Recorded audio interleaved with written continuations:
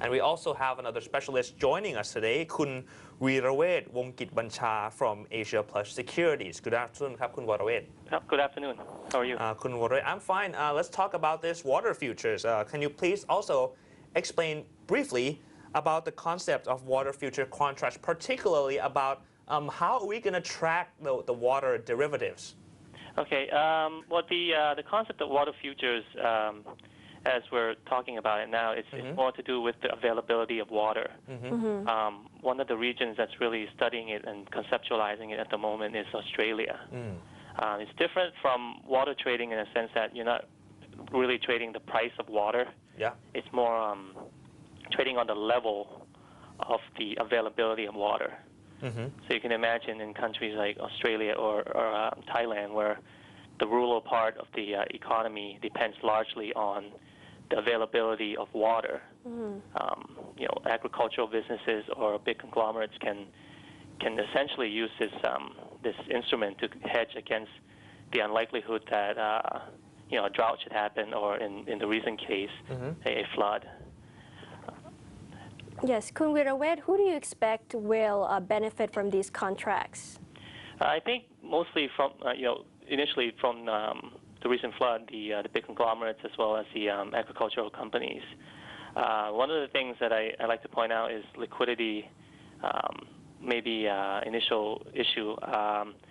We need to, get a good pricing in terms of how to value the index and how to make sure that the levels are measured correctly.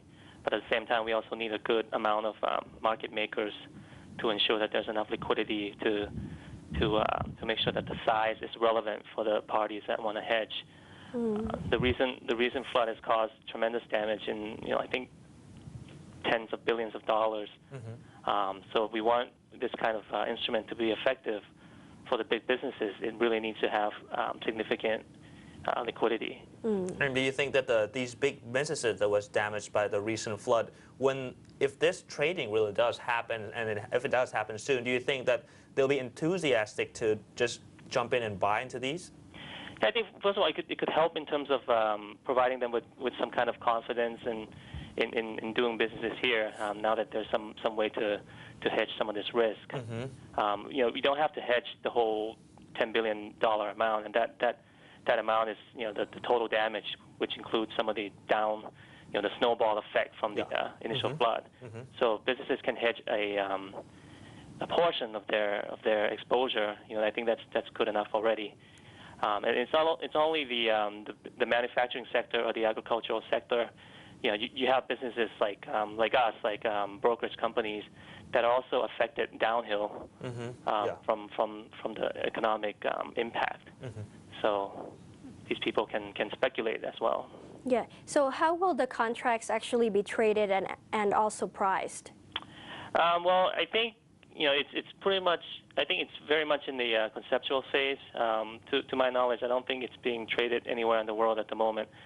But I would imagine that it would be priced based on the level of water that we come up with an index for. And how do you think we're going to keep in touch with the levels of water? How relative do you think that we have to update the water constantly? For it to be, to be relevant for the hedgers, I think it would be pretty frequent. I mean, I don't expect it to be, real time, but maybe periodically, daily or weekly. Contracts would be standardized with, maybe quarterly expiry, just like the current futures contract. And another good thing about providing such indices is to let the public know as well.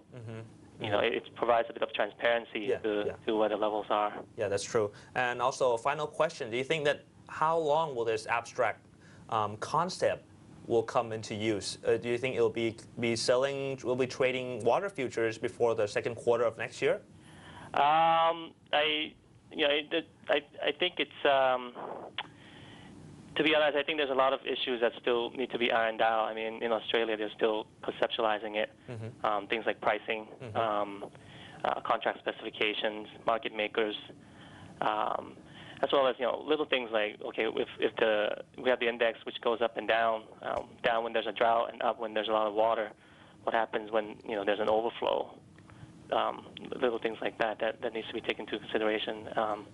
I think it might take a bit of time to iron some of these issues out. Okay, good, Viravate. Well, thank you very much. Yeah. Thank you for joining us today. Thank you so much.